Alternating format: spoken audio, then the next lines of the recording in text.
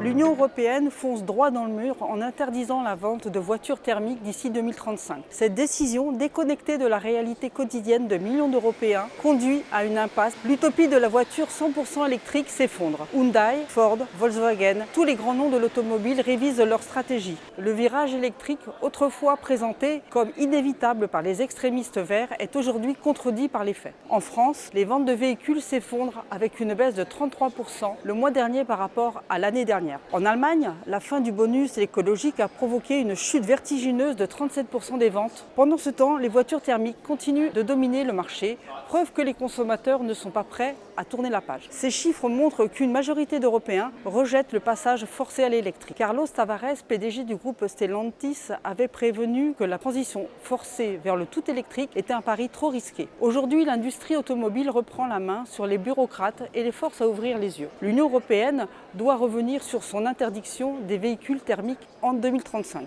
Les bureaucrates de Bruxelles semblent oublier que tout le monde ne vit pas en ville. Pour les habitants des zones rurales et périurbaines, l'interdiction des voitures thermiques est une décision injuste et irréaliste. Pour de nombreux compatriotes, la voiture n'est pas un luxe, mais une nécessité. Dans les zones rurales, ou pour ceux dont le métier exige des déplacements fréquents, la voiture traditionnelle reste la meilleure option.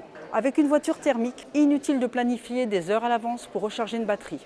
Il suffit de faire le plein en quelques minutes, contrairement aux véhicules électriques dont l'autonomie reste limitée et la recharge bien trop longue. Pour des millions de familles, de travailleurs et de personnes âgées, la voiture thermique reste la solution la plus fiable et la plus abordable. En comparaison, les voitures électriques nécessitent des investissements élevés et des assurances plus chères et une incertitude quant à la durabilité des batteries. Il est impératif que l'Union européenne revienne sur son interdiction des véhicules thermiques en 2035. Il faut laisser le libre choix aux consommateurs tout en continuant à innover pour un futur plus durable.